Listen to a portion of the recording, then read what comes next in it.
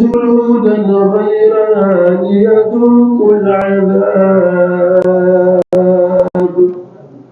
إن الله كان عزيزا حكيما والذين آمنوا وعملوا الصالحات سندخلهم جنات تجري من تحتها الأنهار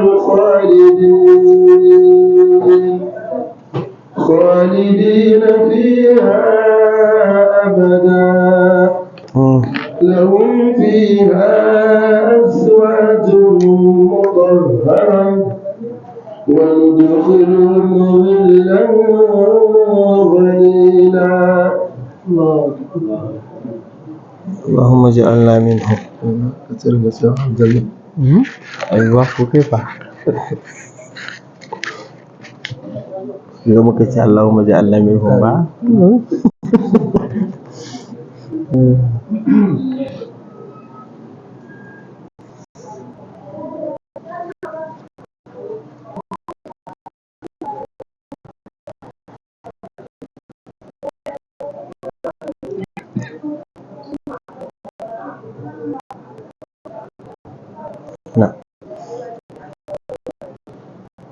السلام عليكم ورحمة الله تعالى وبركاته.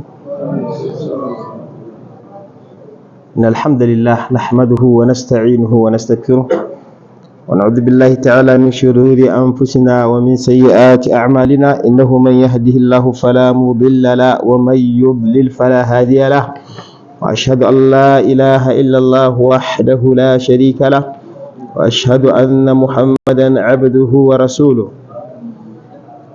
يا أيها الذين آمنوا اتقوا الله حق تقاته ولا تموتن إلا وأنتم مسلمون. يا أيها الناس اتقوا ربكم الذي خلقكم من نفس واحدة وخلق منها زوجها وبث منهما رجالا كثيرا ونساء واتقوا الله الذي تساءلون به والأرحام إن الله كان عليكم رقيبا. يا أيها الذين آمنوا اتقوا الله وقولوا قولا سديدا يصلح لكم أعمالكم ويغفر لكم ذنوبكم ومن يطع الله ورسوله فقد فاز فوزا عظيما. أما بعد فإن خير الكلام كلام الله وخير الهدي هدي نبينا محمد صلى الله عليه وآله وسلم وشر الأمور محدثاتها فإن كل محدثة بدعة كل بدعة ضلالة وكل ضلالة في النار. سبحانك لا علم لنا إلا ما علمتنا إنك أنت العليم الحكيم. رب اشرح لي صدري ويسر لي أمري واحلل عقدة من لساني يفقه قولي. يقول الله تعالى ولقد أوحي إليك وإلى الذين من قبلك لئن أشركت ليحبطن عملك ولتكونن من الخاسرين بل الله فاعبد وكن من الشاكرين. وما قدر الله حق قدره والأرض جميعا قبضته يوم القيامة والسماوات مطويات بيمينه سبحانه وتعالى عما يشركون. اللهم إنا نعوذ بك أن نشرك بك ونحن نعلم ونستغفرك فيما لا نعلم. اللهم صل على محمد وعلى آل محمد كما صليت على إبراهيم وعلى آل إبراهيم إنك حميد مجيد وبارك على محمد وعلى آل محمد كما باركت على إبراهيم وعلى آل إبراهيم إنك حميد مجيد. بارك يا مسلمين من أقول مع الله سبحانه وتعالى mai kowa mai komai da ya sake sada mu a wannan mahalli ai ɗaya daga cikin ɗakuna na Allah subhanahu wa ta'ala domin tunatar da junanmu abin da ya shafi addininmu na musulunci ta hanyar karanta littafin Allah subhanahu wa ta'ala da fahimtar tafsirin shi da ma'anonin shi. Muna roƙon Allah subhanahu wa ta'ala ya sa ya zamanto hujja a gare mu ba hujja a kanmu ba.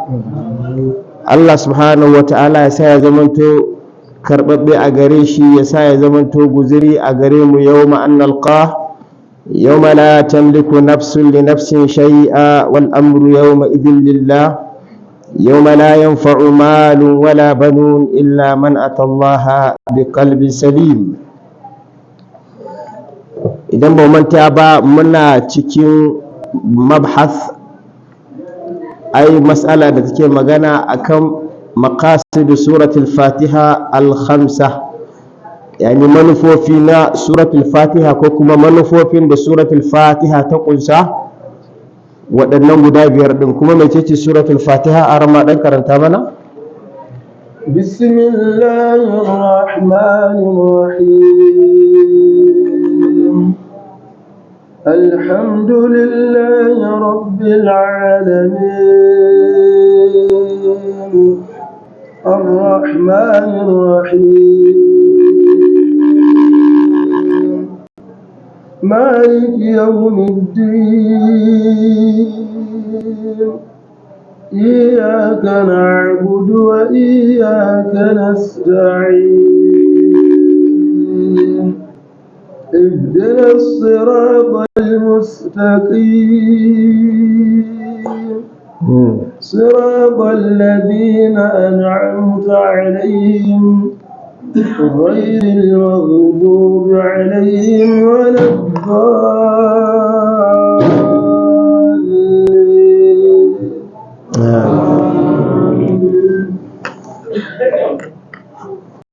نعم.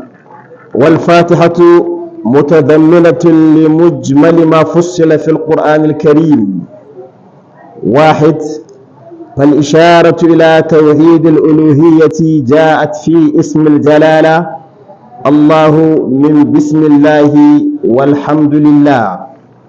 2. والإشارة إلى توحيد الربوبية جاءت في قوله تعالى رب العالمين. 3. والإشارة إلى توحيد الأسماء والصفات وجميع صفات الجلال والكمال جاءت في قوله الرحمن الرحيم ونفذ الحمد. 4. والإشارة إلى اليوم الآخر وما فيه من عدل وفضل وما فيه من بعث وحشر ونشر وحساب وجزاء جاءت في قوله تعالى مالك يوم الدين. 5. والإشارة إلى كافة أنواع العبادات والإخلاص فيها جاءت في قوله إياك نعبد وإياك نستعين. 6. والإشارة إلى إثبات النبوات وإلى قصص الأنبياء والمرسلين والصالحين وإلى إثبات صفة القدر وأن العبد حر مختار والرد على أهل البدع والضلال جاء ذلك في قوله سبحانه اهدنا الصراط المستقيم. 7. وجاء الحث على السير على نهج الأنبياء والصالحين والاهتداء بهديهم في قوله جل شأنه صراط الذين أنعمت عليهم. 8. والحديث عن أهل الكتاب وأهل الزيغ والضلال جاء في نهاية السورة غير المغضوب عليهم ولا الضالين. وهذه جملة المقاصد التي جاء بها القرآن الكريم بل التي جاءت بها الكتب السماوية والشرائع الإلهية جميعا. طيب sai ci gaba da bayani anan yake cewa yanzu idan muka lura abin da ya anan wurin ya bayyana mana ajza na suratul fatiha da ma'anonin da kowanne bangare ya kunsa a cikin ta kenan, wanda a cikin waɗannan ajza din da ya ambata kusan shine sakon da Qur'ani yake dauke da shi.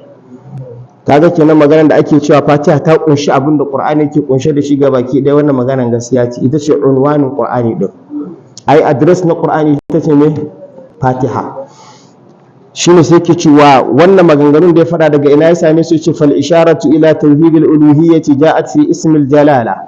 idan kana magana akan tauhidul uluhiyya to ya samu ne daga faɗin Allah subhanahu wata'ala ko kuma daga sunan Allah subhanahu wata'ala, ai ismul jalala shine Allah. a cikin suratul fatiha muna da ismul jalala guda nawa? Guda biyu ko? Shine bismillah ga kana da na farko, sannan walhamdulillah.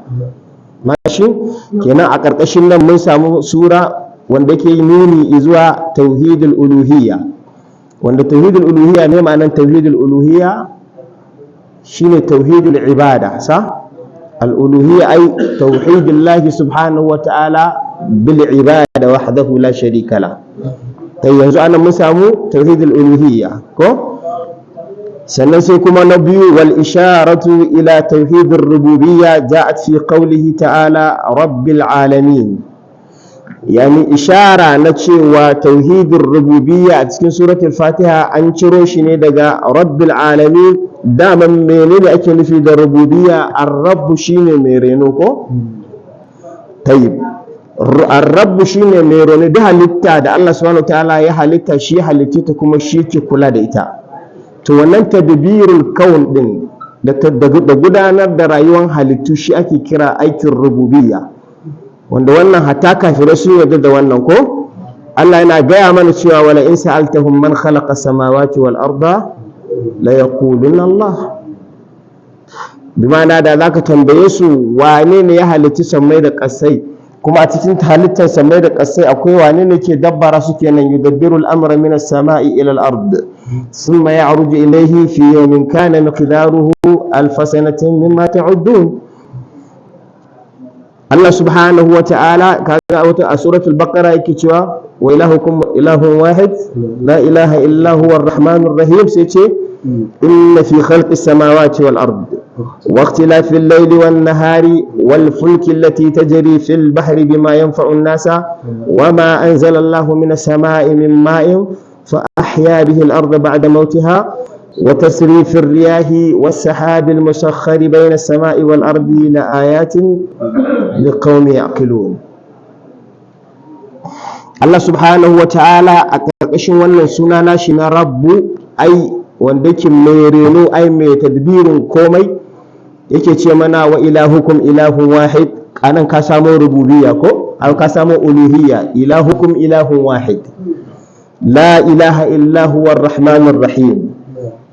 سيتي إن في خلق السماوات والأرض واختلاف الليل والنهار والفلك التي تجري في البحر كذا إن في خلق السماوات والأرض للي تكين هلتا سميد قصي. إن في خلق السماوات والأرض واختلاف الليل والنهار دكما سابع واندري درانا والفلك التي تجري في البحر دكما وأننا من jirage da suke tafiya a kan ruwa, suke ɗauke da abubuwan da suke amfanar da mutane, wanda kayayyaki ne wanda an ce a ɗauko su da kai abu ne mustahil, amma jirgi ɗaya sai ɗauka ya lodo kayan da za su cika garin nan shi kaɗai, ya kwaso su kuma ya tafiyan kilomita barkatai ya zo ya kawo su, kuma daidai wannan lokacin da za ka jefa dutsen da ya kai wannan zai faɗa shi ya tafi. Amma ka sa jirgin ginin ka masallacin nan sau 100 ya tafiyan shi akan ruwa, kaga wannan ya kai mai hankali ya tunani. Shi Allah ce wal fulki allati tajri fil bahr, da manyan jirage da suke tafiya akan teku kuna kallon su. Kai ka san wannan idan ba dan Allah ne ya rike su ba, abu ne da ba zai taɓa yiwa ba. Tunda kamar da muka mana misali, da zaka jefa yar wayar kan nan to sai dai ka nemo ta a ƙarƙashin kogi in ka iya samun ta, amma ga wannan da zai ninka masallacin nan sau 100 yana tsaye akan ruwa.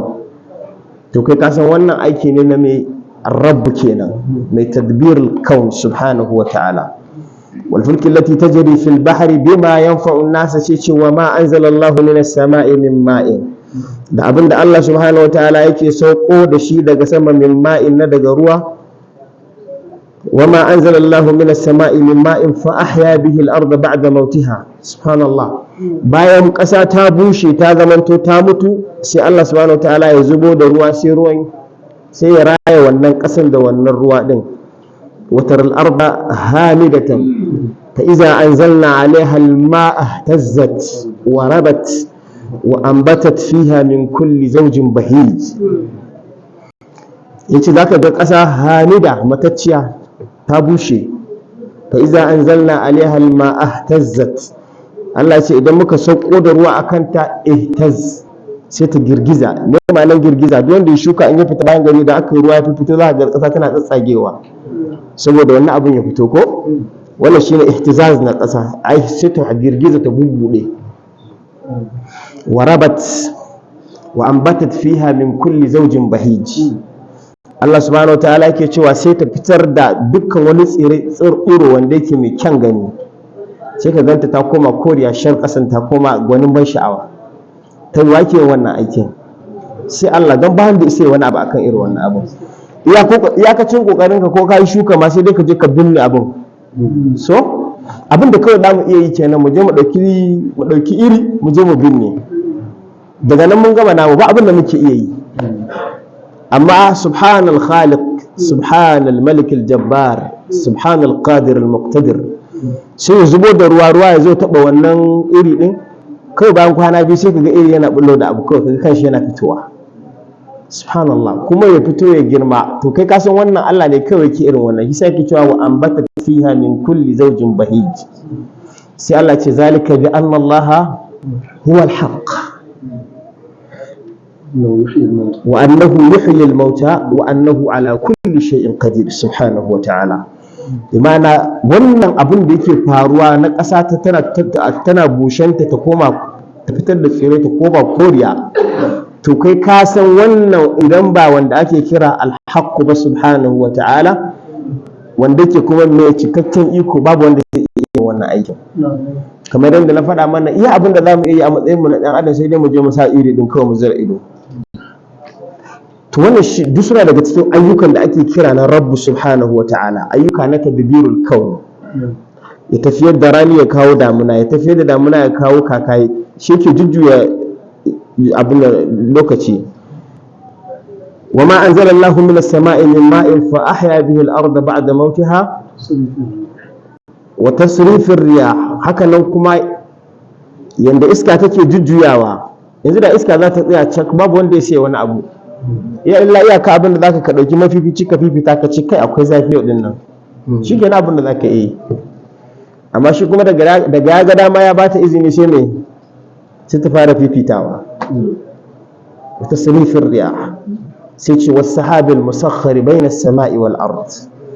da wannan sahab din da muke gani Allah subhanahu wataala ya sakhare shi ba a can sama ba, shi bai faɗo ƙasa ba, kuma mai aikin shi yake zuwa ya mana lobin ruwa, yanda ka san tanka da na ɗebo mai haka yake ɗebo ruwa a cikin shi, a sa shi ya ɗebi ruwan ya je kai inda aka ce je zubar da shi. Gashi nan dai ka sani duk abin da zamu musu mun makale shi aiko, amma shi gashi nan jibgin abu an bar shi a sama yana tafiya, din da aka ce mishi ya je ɗebo ruwa. alam tara anna allaha yuzji sahaban thumma yu'allifu bainahu thumma yaj'aluhu rukaman fatara al-wadqa yakhruju min khilali wa yunazzilu min as-sama'i min jibalin fiha min baradin fayusibu bihi man yasha wa yasrifuhu amman yasha yakadu sana barqihi yadhhabu bil absar yuqallibu Allahu al-layla wan nahar inna fi dhalika la'ibratan li ulil absar. la hawla wala quwwata illa billah.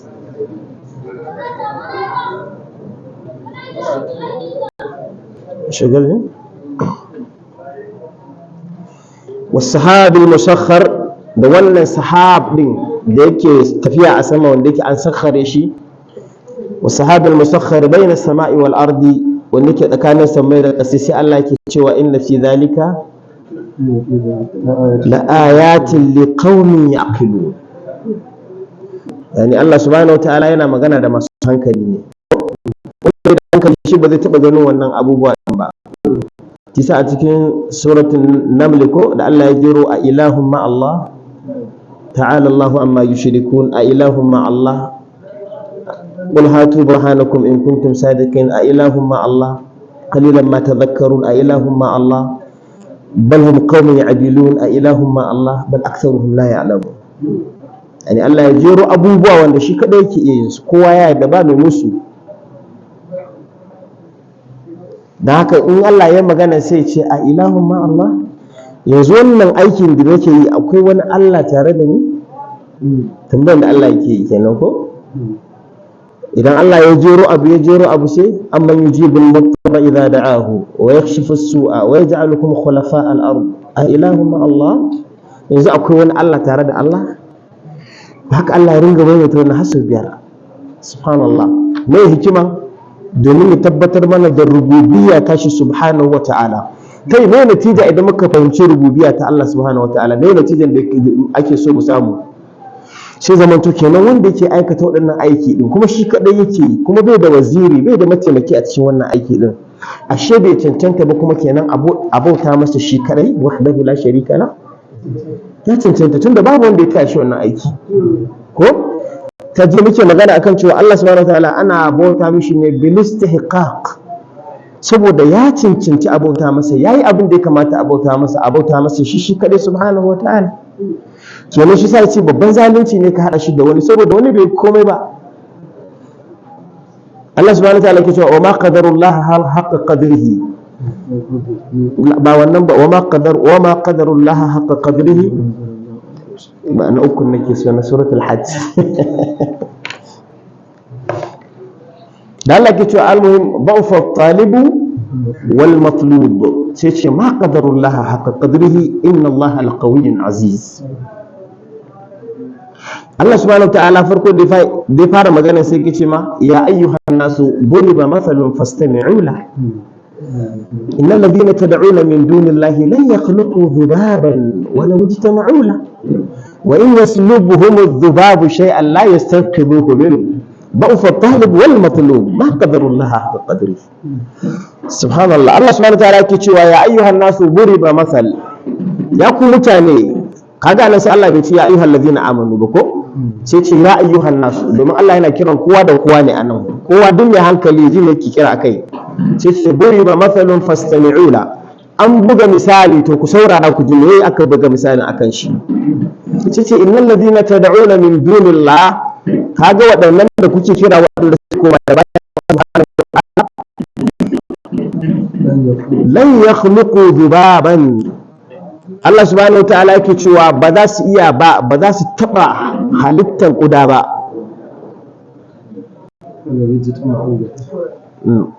lan yakhluqu dhubaban wala wajtama'u la, Allah subhanahu wa ta'ala yake cewa kan waɗannan da kuke bauta ma dinnan dukkan su koda za su taru ba za su iya halittar kuda kwaya ɗaya ba. Kuda fa da dukan mu muka rera shi muna ganin ba, yace ba in sun taru duka duk wanda ake bauta ma dinnan ba za su iya halittar kuda kwaya ɗaya ba ko. To kamar Allah sai ya gama wannan ma ya musu girma a ce su halicci kuda ai.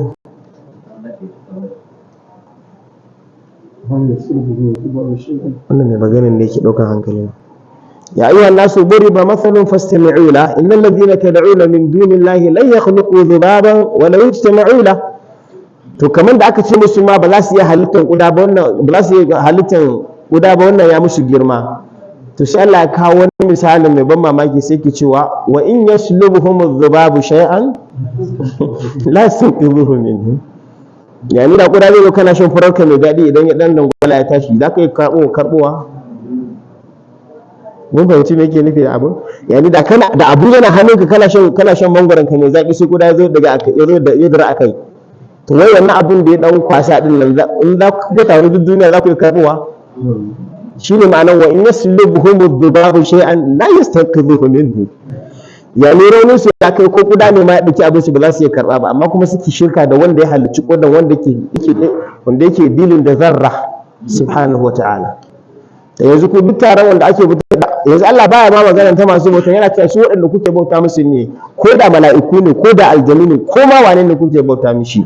In yaslubuhum adh-dhubabu shay'an la yastanqidhuhu min. Da kuda zai zo ya kwashi abun shi to sai dai hakura fa, kana ji kuda maka fashi da makami kuma bayan da ka iya.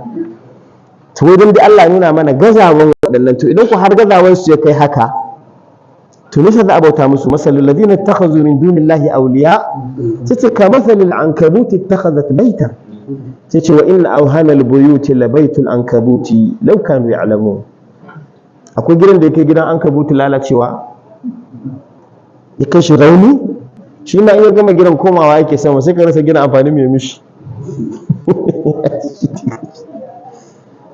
to haka Allah ke tusifanta shirka, yi masa shirka da bala'in da ke cikinta, da kuma cewa ba ta da wani amfani. Su wanda ake shirkan da su ranar alkiyama ma za su yi bara'a ma masu shirka da su din ne, za su ce su fa ba bauta musu ba. Allah subhanahu wataala zai tambayi mala'iku, a haula, wannan mutanen waɗannan ko suka bauta ma? sai qalu subhanaka anta waliyuna min dunihim bal kanu ya'buduna al-jinn. Mala'iku za su ce ya sarki ya tabbatar maka kai ne majibin al'amarin mu, ba abin da ya dame mu da su, ba mu sa su bauta mana ba. Sai dai Allah sai su ga ma Allah sai dai ya'buduna al-jinn, suna bauta ma aljanu ne. Malam ba su kwarkwacewa na dan adam ba, kai da Allah ya ce wa laqad karramna bani adam wa hamalnahum fil barri wal bahr wa razaqnahum min at-tayyibati wa faddalnahum ala kathirin mimman khalaqna tafdila. Kaje kana bauta ma aljani?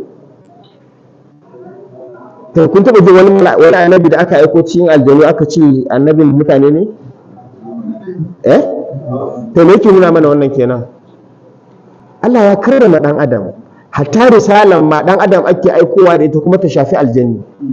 wa idh sarafna ilayka nafaran min al-jinni yastami'una al-qur'an falamma hadaruhu qalu ansitu falamma qudiya wallaw ila qawmihim mundirin ya qawmi inna sami'na musaddiqan lima bayna yadayhi yahdi ila al-haqq wa ila tariqin ya qawmi ajibu da'i Allah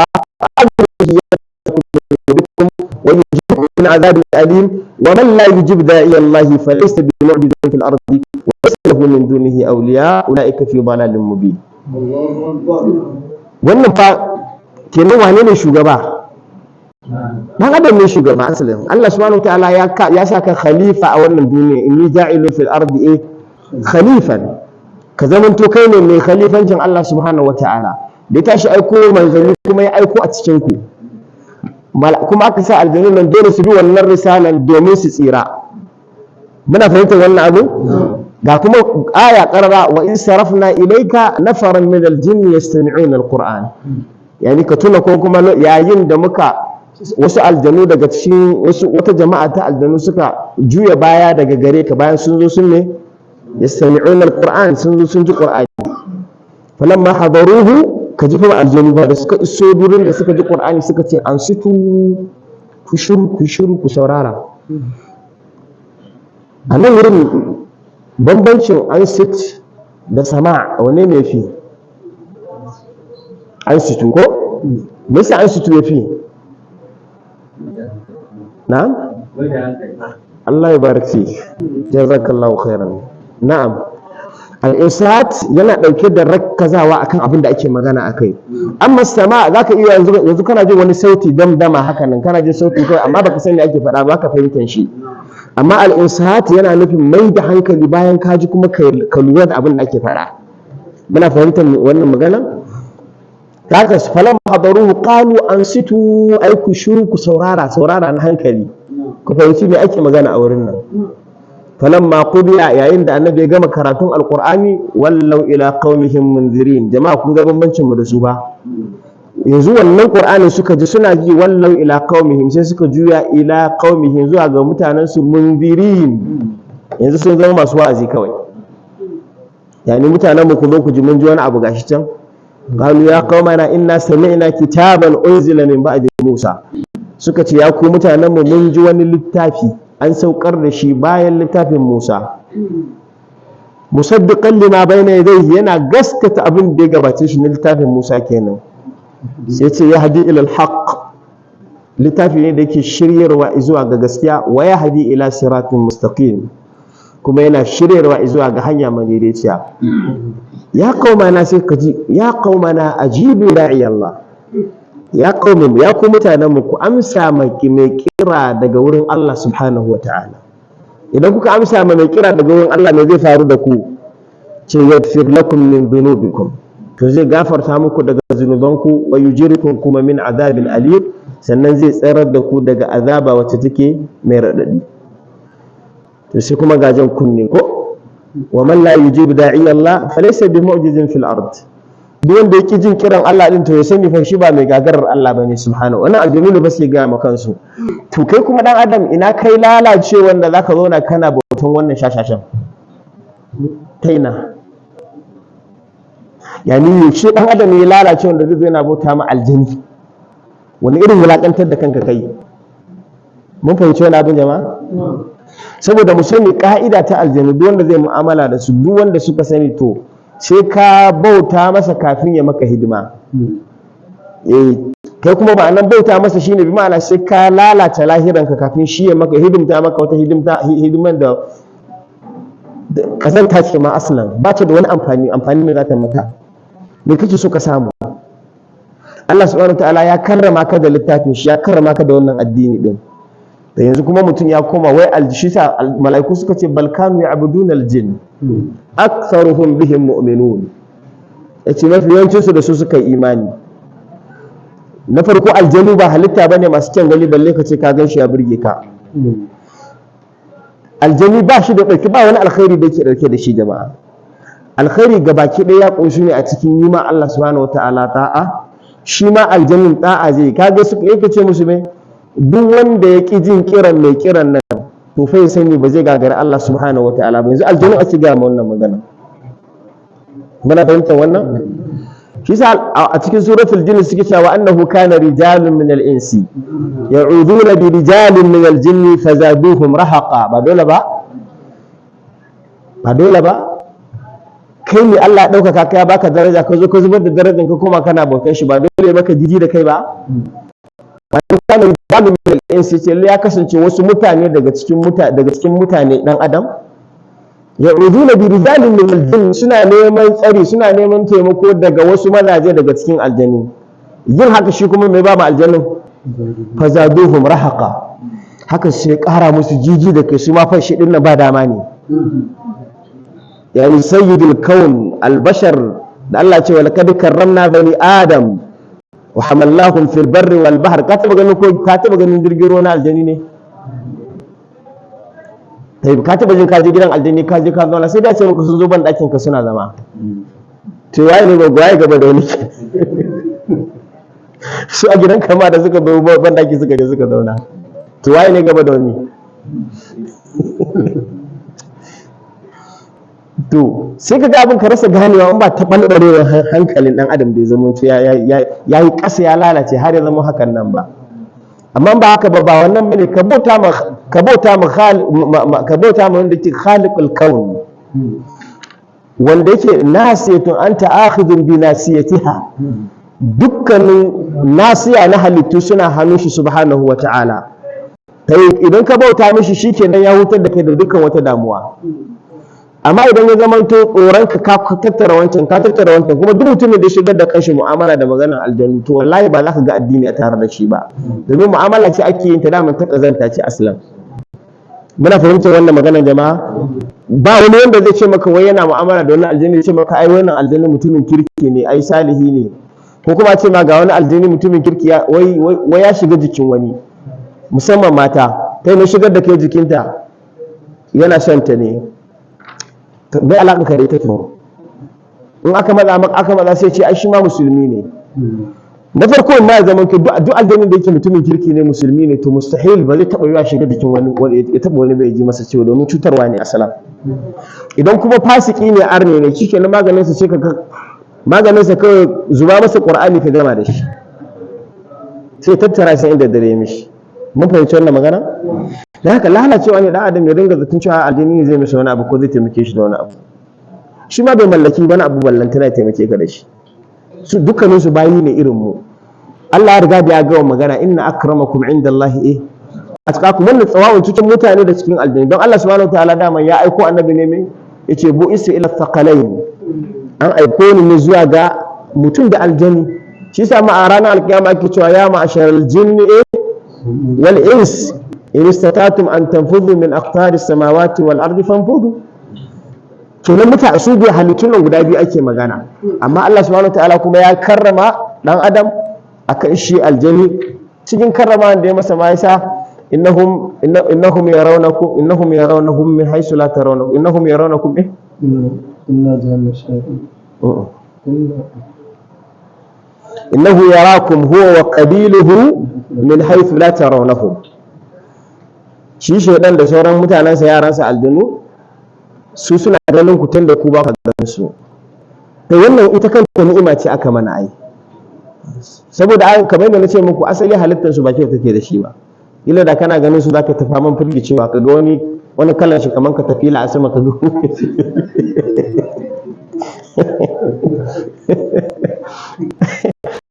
Allah ce maka laqad khalaqnal insana fi ahsani taqwim. Allah subhanahu wataala da kanshi ce ya halicci dan adam a cikin mafi kyawun zubi, kaga yadda aka mai da shi aka masa masha Allah tabarakallah. Shi sai in ka kalli madubi sai annabi ya ce maka ka ce me in ka kalli madubi ka kalli kanka ya burge ka me kamata ka ce tabarakallah ba ka bane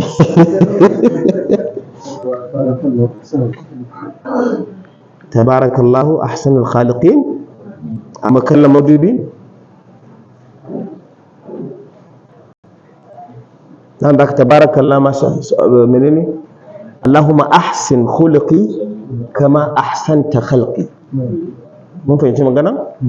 Tabarakallah ana faɗa idan kaga wani abu daban a wani ya burge ka sai ka masa wannan addu'a din sai Allah ya sa masa albarka. Amma kai ka kalli madubi sai ka ce me Allahumma ahsin khuluqi kama ahsanta khalqi. Already ya riga da ya kyautata halittanka. To yanzu wanda yake da kuwar shine abin da yake cikin nan wannan akhlaq din, to shi ka roke shi akan shi ya inganta ma shi ya zama mai kyau kamar yadda inganta halittanka ta zama mai kyau. Mun fahimta? Ba wannan addu'a ake yi Allahumma ahsin khuluqi kama ahsanta khalqi. Tayyib. Da haka yanzu Allah subhanahu wataala a matsayin sa na rabbu shine wanda yake tasrifi na kaunu, shine wanda yake da gudanarwa. Kenan idan mun lura mun samu ma'aluma ko kuma mun samu ilimi abin da ya shafi rububiyya, to abin da ake bukata shine rububiyya ya jamu zuwa ga uluhiyya.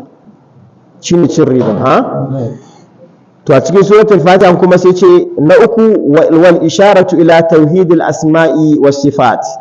A ciki kuma akwai wa jami'i sifatil jalali wal kamali ja'at fi qawlihi ar-rahman na daga cikin sunan Allah ko ar-rahim na daga cikin sunan shi da kuma lafazul alhamdu.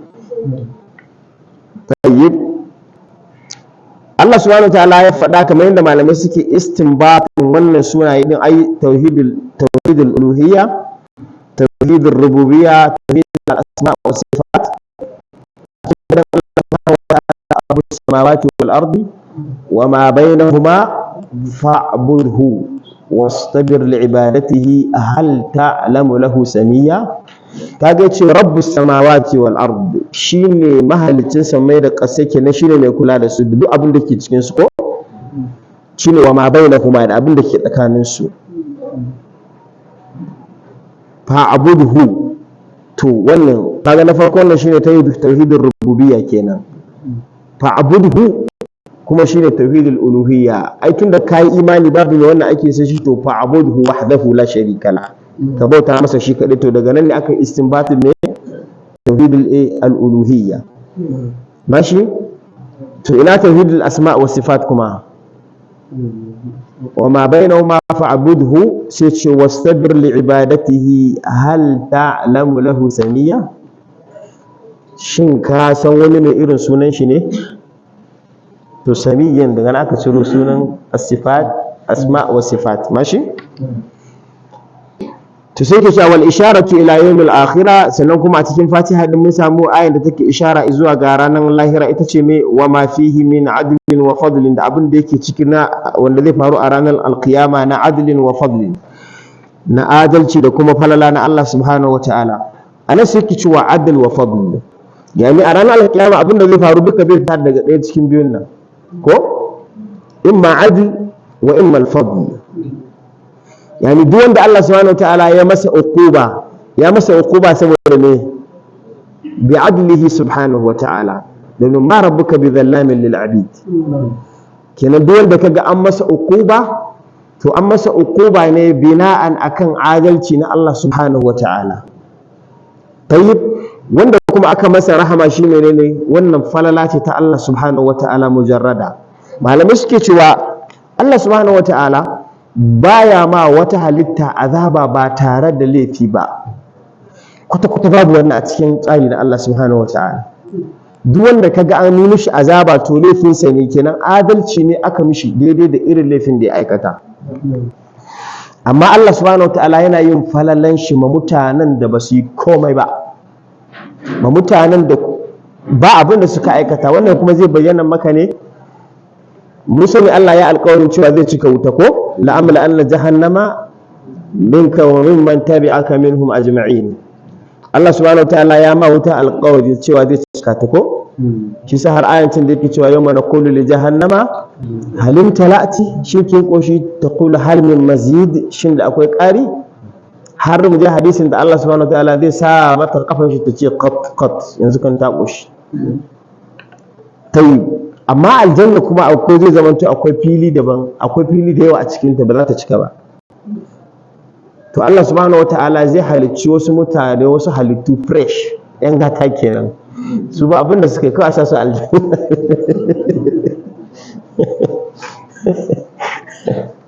Allahu akbar. Yani falalar Allah subhanahu wataala ba ta da iyaka. To ga aljanna an gina ta ga ta gabjejiya, kawai sai a halicce su kawai su more. Yanzu kaga wannan, kaga sai su musu yan gata, su kan su ba san wahala ba. Malamai suna tattara sai maka asalin halittu, Allah halitti halittu gida hudu ne. Halittun mutane, shi sa suke ce ma hikimar Allah tana da wahalan, tana da zafin ganewa. Shi sa maganin ka kawai kai imani ka roƙe shi, kai dai tserar da kai. In aka tserar da kai duk ƙuran da za a yi baka da matsala. Allah subhanahu wa ta'ala ya halicci mutane gida hudu. Akwai mutumin da zai rayu a duniyan nan, ya rayu akan ta'a. Bayan yana kan ta'a, Allah subhanahu wa ta'ala ya bashi duniya, ya zama to yana da hali, yana cikin wadata, ya rayu cikin ni'ima a duniyan nan, ya mutu ya shiga aljanna. Wannan su ne a'ala daraja. Ya Allah ka sa mu a cikin su wani. To sai kashi na biyu, shi kuma Allah ya kare mu. A cikin duniyar nan bai taba dandana wani zakin alkhairi ba. Shi dama ya rayu ne fa inna lahu ma'ishatan banka. Wa man ya'shu an dhikri rahmani nuqayyid lahu shaytanan fa huwa lahu qarin. Yani shi ya rayu a wannan duniyar ne bank. Ruwa mai daɗi ma wannan bai taɓa shan na kirki ba. Ruwan garin su duk mai zartsi ne, ga arnanci, ga rashin imani, ga wahalhalu, ga bala'i. Kuma ya rayu a hakan na tsawon shekaru, kuma ya mutu ya tafi jahannama, a'udhu billah.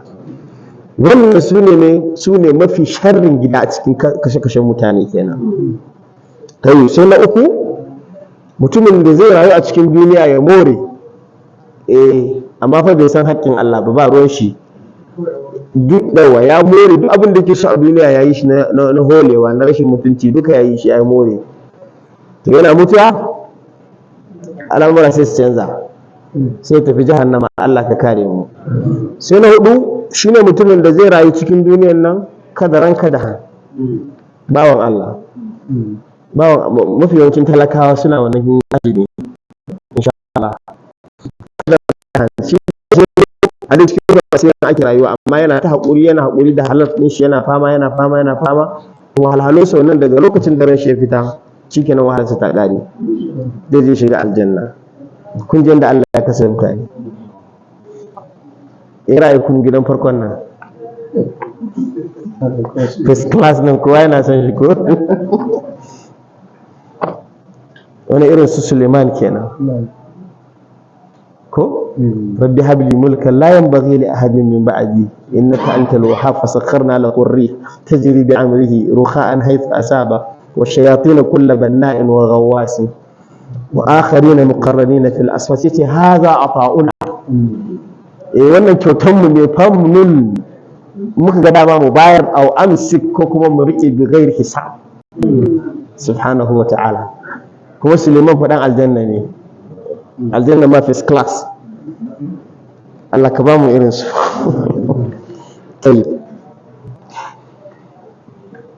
Anan mun samu rububiyya, mun samu uluhiyya ko?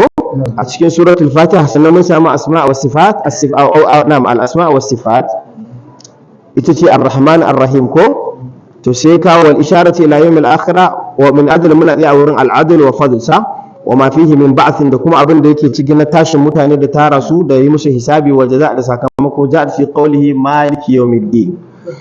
wannan mutane shi ne a cikin fadin Allah maliki yawmiddin suke cewa wal isharatu ila kafati anwa'il ibadati wal ikhlas, da kuma ishara na abin da ya shafi dukkanin ibadoji da kuma ikhlasi. sai ce wannan ya zo ne fi qawlihi iyyaka na'budu wa iyyaka nasta'in. wal isharatu ila thubutin nubuwat, sai kuma ishara da take nuni akan tabbatan annabta wa qasasil anbiya wal mursalin was salihin ila ithbati sifatil qadariyya wa anna al abda hurr mukhtar. wannan qadiya din duk da tana da tsawo, shin bawa hurr ne ko mukhtar ne? yani bawa yana da zabi ko abinda aka ga musayyar ne, abinda aka ga dama ki sashe. kun bai ci tambayar nan kuwa? bawa a rayuwar duniyar nan yana da zaɓi ya abin da ya ga dama shi yake ba zaɓa ma kanshi ko tilasta shi Allah yake yi abu?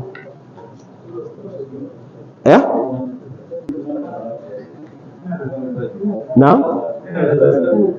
yana da zaɓi? yani alal itlaq yana da zaɓi ko yana nan majbur ne a wani wuri? yana da zaɓi. ku ƙara tunawa ne idan kuka ce yana da zaɓi na shi ne mukhayyar ne ko mujbar? ahsant. a wurin malaman auren ahlus sunna shine al-insan a rayuwar duniyar nan yana hada unsurai ne guda biyu a tare da shi, mukhayyar wa mujbar fi nafsi al-waqt. muna fahimta me yasa Allah subhanahu wataala akwai hudud da ya ba ma dan adam ya zabi abin da yake so, kuma akan ta ne Allah yake ma dan adam hisabi, ita ce irada kenan. da haka wani suka ce shi bukhayyar ne, gaskiya ne. dan adam yanzu kaga dama za ka yi tashi ka sallah raka 20 ba mai hana ka, ba mai ce maka komai, kuma ka samu lada. yanzu kuma in kaga dama za ka ga an kira sallar isha'i ka kiyinta, ba wanda sai sa ka kai ko yanzu bi ma'ana kai ne, kai ka zaba, wannan zabin ka ne, wannan ikhtiyar ne. kuma Allah subhanahu wataala da adalcin shi akan wanne yake hisabi. muna fahimta jama'a? to a nan da yake nan mujbar akan abubuwan da baka da zabi. yanzu ba kai ka zaba ka zama fari ko baki, ka zama dogo gajere, ka zama to ko kaga kana girma kana tsufa, ka duk wannan ba kai ka zaba ba. sannan ba kai ka zabi yaran da ka tsinci kanka a ciki ba kai ka zabi zabar ma kanka yankin da ka samu kanka a ciki ba. duk wannan kun taba jin an ce Allah zai tambaye mutum akan shi? saboda baka da hannu a ciki. haza huwa adlullahi subhanahu wataala. in ka ga maka hukunci aka cewa duk wanda ka gan shi ya shiga azaba, to bi adlihi subhanahu wataala. ya baka yanci, ya baka hankali, ya baka hurriya, ya baka irada. uwa uba irada. kamar nan na maza bana misali, yanzu ka ga dama ka ce gobe ba za ka yi azumi ba, kai ka ga dama, ba wanda ya ce maka dan ne ko? in kuma ka ga dama za ka yi azumi, ganin daman ka ne. to wannan ganin daman da Allah ya baka shine yake mana hisabi akan shi. muna fahimta jama'a? to da haka akwai misali mu ce firaq na bid'a wanda suke kallon cewa al-insan mujbar, kaman jabariya kenan. akwai wanda suke kallon cewa al-insan mukhayyar. to waɗannan duka sun saba, sai dai haɗi biyu shine daidai. akwai bangaren da dan adam yake nan mukhayyar, akwai bangaren da yake musayyar ko yake mujbar, shine musayyar mashi. tayyib, a irin wannan zabi din da dan adam yake da shi, tattare da cewa ina ganin shi akwai munasaba kila bar karas wannan shi ce waradu ala ahli bid'i wa dalal, shine ma'ana ma ja'a fi qawli ta'ala ihdinas siratal mustaqim wa ja'a al-hiths ala as-sayri ala nahj al-anbiya'i was salihin wal ihtida'i bi hadihim biqawlihi jalla sha'nuhu siratal ladina an'amta alaihim. ai hanyar waɗannan da kai nima a gare su. sai na takwas yake cewa wal hadisi an ahli al-kitabi wa ahli az-zayg wa dalali ja'a fi nihayati sura ghayr al-maghdubi alaihim wal dhalin. ya dunkule maka suran gabaki ɗaya ga magana kenan. sai munasaba ta gaba da nake son dan ji hankalinmu akai, musamman muna tare da mazaje. annabi alaihi salatu wassalam yake ce mana istausu bin nisa'i khaira, istausu bin nisa'i khaira. wannan hadisi ne muttafaqun alaihi. fa innahunna awanun indakum, su matan suna nan kaman musan asir bayi, kaman waɗanda suke kamar ribatattu ne na yaƙi a hannu. sai ce akhaztum bi amanatillah, akhaztumuhunna bi amanatillah, ku mallake su da a matsayin amana ta Allah subhanahu wata'ala. Wastahlaltum, wannan juz'in hadisi na ƙarshe da wanda Tabari ya rawaito, wastahlaltum furujahunna bi kalimatillah, yani sun zama halak a gare ku yi mu'amala da su na auratayya da kalmar Allah subhanahu wata'ala. To ku ji tsoron Allah a kansu. Ce istausu bin nisa'i khaira, ku yi wasici ma junanku da alkhairi game da mata, domin su masu rauni ne, asalin Allah ya ajiye a hannunku. Akwai bukatar mu nazari ne duba akan irin zamanmu da muke da iyalanmu, musamman mata, musamman a irin wannan lokaci na watan Ramadan. Da ni da ku duk mun san irin jarumtan da matanmu suke nunawa wurin mu'amalar tafiyar da gidajensu. Ina so wani daga cikin ku in ya haɗo kayan cefane don Allah wata ran ya zo kafin faɗuwar ranar nan ya ɗan zauna da su a gindin murhu a ɗan buga da shi yadda ake girkin nan yanzu. Don Allah ku jarraba.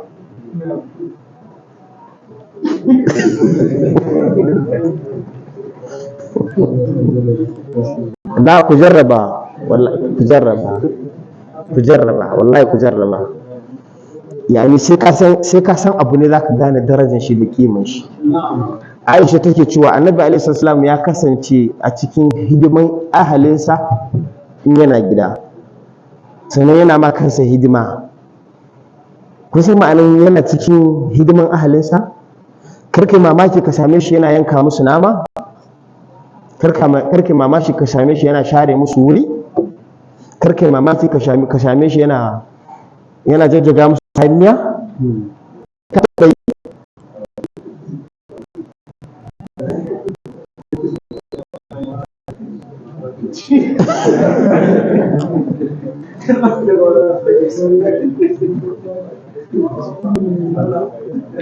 Shi kuma ce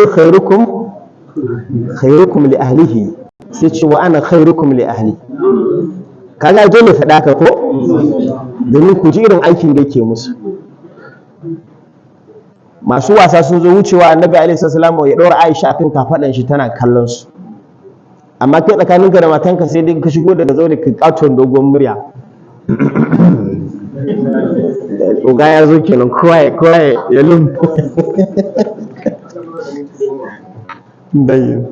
Oga ya zo, kowa ya tattara kayan shi.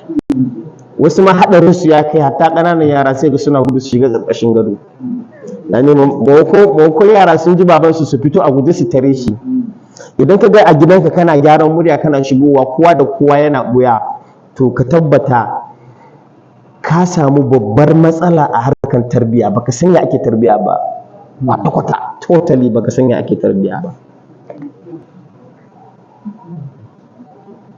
Don haka suka ce ba asalin namijin shi ne namijin da zai zama zaki a waje, a gidan shi ya zama kitta. Mun san kitta? Kulya. Yani ka saukar da fuka-fukanka, saboda ne a wannan da za ka iya fahimtar matsalan gidanka. Na? Da a wannan da za ka iya fahimtar matsalan gidanka, ka san kowa ya halin da kowa yake ciki. To lokacin da ka fahimci wannan ne kuma za ka iya yin gyara.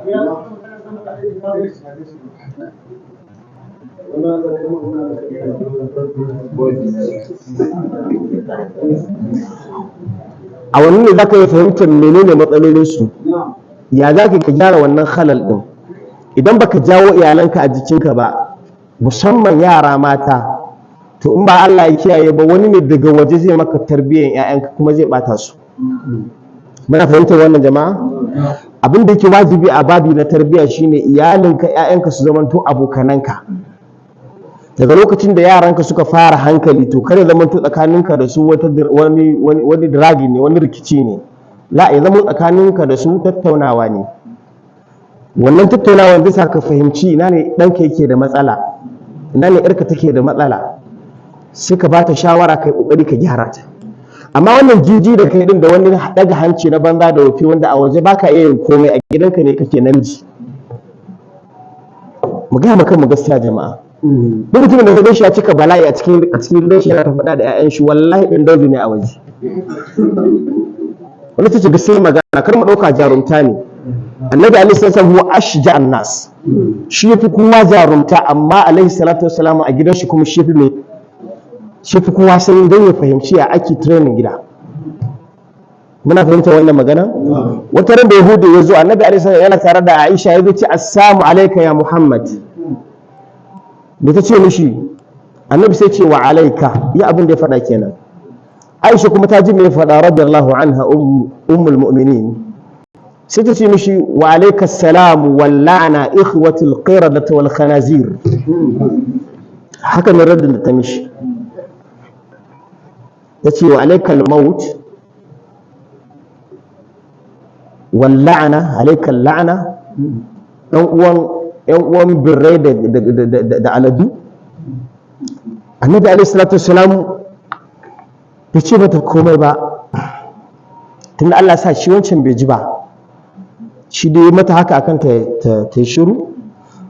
Bayan da Yahudan nan ya ga su gawa maganar sai wuce ya tafi, mai ce ta ce ya Aishu, kalli yadda kira ta Aishu nan shine mai suna kiran shi dal'a da larabci, irin kira na shagwaba, mun fahimci wannan ko basuristiya dailin ko irin waɗannan kalmomin nan.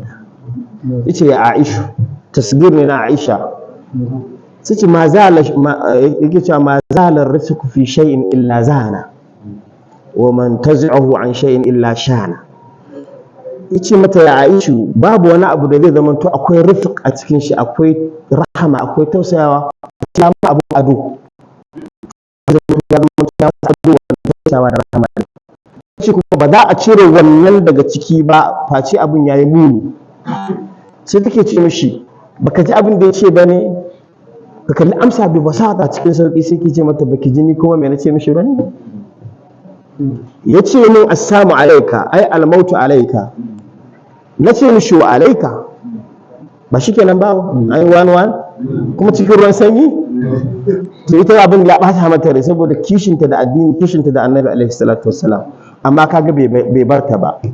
Kisa Allah subhanahu wa ta'ala al-tafi shi yake ce mana wa ashiruhunna bil ma'ruf fa in karihtumuhunna shay'an fa asa an takrahu shay'an wa yaj'al Allahu fihi khairan kathira wa in aradtum istibdala zawjin makana zawjin wa ataytum ihdahunna qintaran fala ta'khudhu minhu shay'a ata'khudhunahu buhtanan wa ithman mubina wa kayfa ta'khudhunahu wa qad afdha ba'dukum ila ba'd wa akhadna minkum mithaqan ghalidha.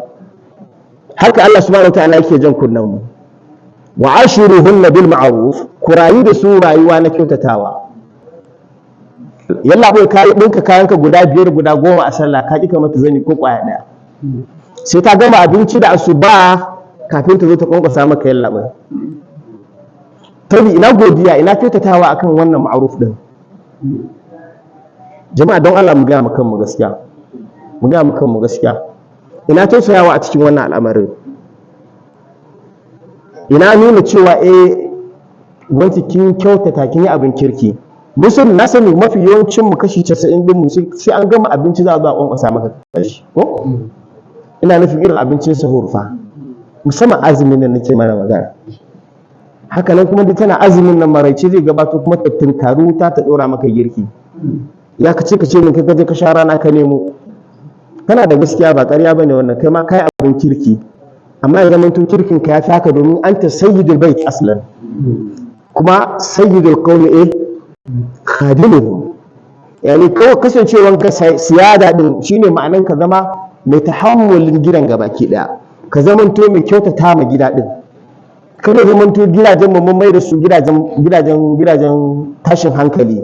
Sannan kar ka manta ranka dade kai ma kana da ka zauna da yar mutane kamar yadda kake so a zauna da yarka. Ka zauna da 'yar mutane kamar yadda kake so a zauna da 'yarka, kamata dinu tudan. Wani abokin mai ce wannan zamanin baka dana ba ma an dana maka, balle ka dana. Mun gane? Dole baka dana ba ma an dana maka, balle ka dana. Zaka abun wai karkaro ne ya dauka cewa in na zauna mata ne mata sako za ta rena ni. Kai duk abin da kake so kai, za a ma 'yarka. Mun fahimta jama'a? Bas in kana son amma a kyautata ma 'yarka, kuma na faɗa mana wannan maganan, ba mai mutunta su annabi ya ce sai mai mutunci. ba mai wulakanta mata sai wulakantacce. Jama'a ku yi haƙuri mazaji, wannan ita ce gaskiyar magana. Ba mai mutunta mata sai mutum mai mutunci, ba mai wulakanta su sai wulakantacce. Haka annabi alaihi salatu ya sifanta. Dan haka idan ana so a gane kai mutumin kirki ne, a gani a cikin gidanka da iyalinka. Kar ka zo waje a ce maka kai mutumin kirki ne a waje, amma a gidanka kuma kana nan ga kanan ga yanda kake, ba kyau. Akwai buƙatar mu gyara wannan jama'a. Idan muka gyara wannan, Allah zai sa mana albarka a cikin rayuwar mu. Shi sa ba mu fassara ayan can ba ko yake cewa ba atitum ihdahunna fa in karihtumuhunna shay'an fa asa an takrahu shay'an wa yaj'al Allahu fihi khairan kathira. Idan kuka tsani wani abu daga wurin su, to da sanu za ku iya tsanan wani abu, Allah kuma ya sa alkhairi da yawa a cikin wannan abu. Wannan abu za mu dinga ganin shi galiban a cikin gidajen mu. Duk matan da aka fi a cikin Allah ya sa albarka. Aka fi tsana galiban wannan ƴan lelan matan ba sa zuwa ko ina. Wacce aka ɗauka aka ringa zaluntar wasu matan a kanta, to za ka samu ba ta wani abin kirki, ba a samu wani abin kirki tare da ita. Amma wannan da aka tsana ɗin galiban sai Allah zuba albarka a cikin. Haka Allah ya ce wannan jaza'a ne na Allah subhanahu wa ta'ala. Fa sai an takrahu shay'an wa yaj'al Allahu fihi khairan kathira. Da haka mu fahimci wannan, mutum ya zama mutum mai adalci ta yadda ya kwatanta daidai gwargwadon shi. Allah subhanahu wa ta'ala zai cika maka, Allah subhanahu wa ta'ala zai baka lada, kuma zai faranta maka rai. Idan ka ga an zo an mangaro yarka an koro ta, to ka tuna mai kai ma yar mutane kai ma. Idan kuma har ka ga ana kula da yarka, domin nisa nake ga mana wannan magana, Allah subhanahu wataala ya kula da ƴaƴan da ubansu ya mutu da dukiyarsu bayan ya mutu, saboda shi mutumin kirki ne. To bayan da za a kai Allah ya wulakanta maka ya matukar ka kula da ƴaƴan wasu. Allah ba zai wulakanta maka ba. Allah subhanahu wataala baya cin amana. Hal jaza'ul ihsan illa al ihsan وأحسنوا إن الله يحب المحسنين ادفع بالتي هي أحسن فإذا الذي بينك وبينه عداوة كأنه ولي حميم وما يلقاها إلا الذين صبروا وما يلقاها إلا ذو حظ عظيم. muna roƙon Allah subhanahu wataala ya bamu dace, muna roƙon Allah subhanahu wataala ya sa ya zama abin da muka faɗa ya zama karɓuɓɓu a gare shi, kuma ya sa ya zama mai amfani a gare mu. Allahumma aqsim lana min khashyatika ma tahulu bainana wa bain ma'siyatik, wa min ta'atika ma tuballighuna bihi jannatak, wa min al-yaqin ma tuhawwin bihi alaina masa'ib ad-dunya, wa matti'na bi asma'ina wa absarina wa quwwatina abadan ma ahyaytana, waj'alhu al-waritha minna waj'al tha'rana ala man zalamana wansurna ala man adana, wa la taj'al مصيبتنا في ديننا ولا تجعل الدنيا أكبر همنا ولا مبلغ علمنا ولا إلى النار مصيرنا واجعل الجنة هي دارنا. سبحان ربك رب العزة عما يصفون وسلام على المرسلين والحمد لله رب العالمين. سبحانك اللهم ربنا وبحمدك نشهد أن لا إله إلا أنت نستغفرك ونتوب إليك. السلام عليكم ورحمة الله وبركاته.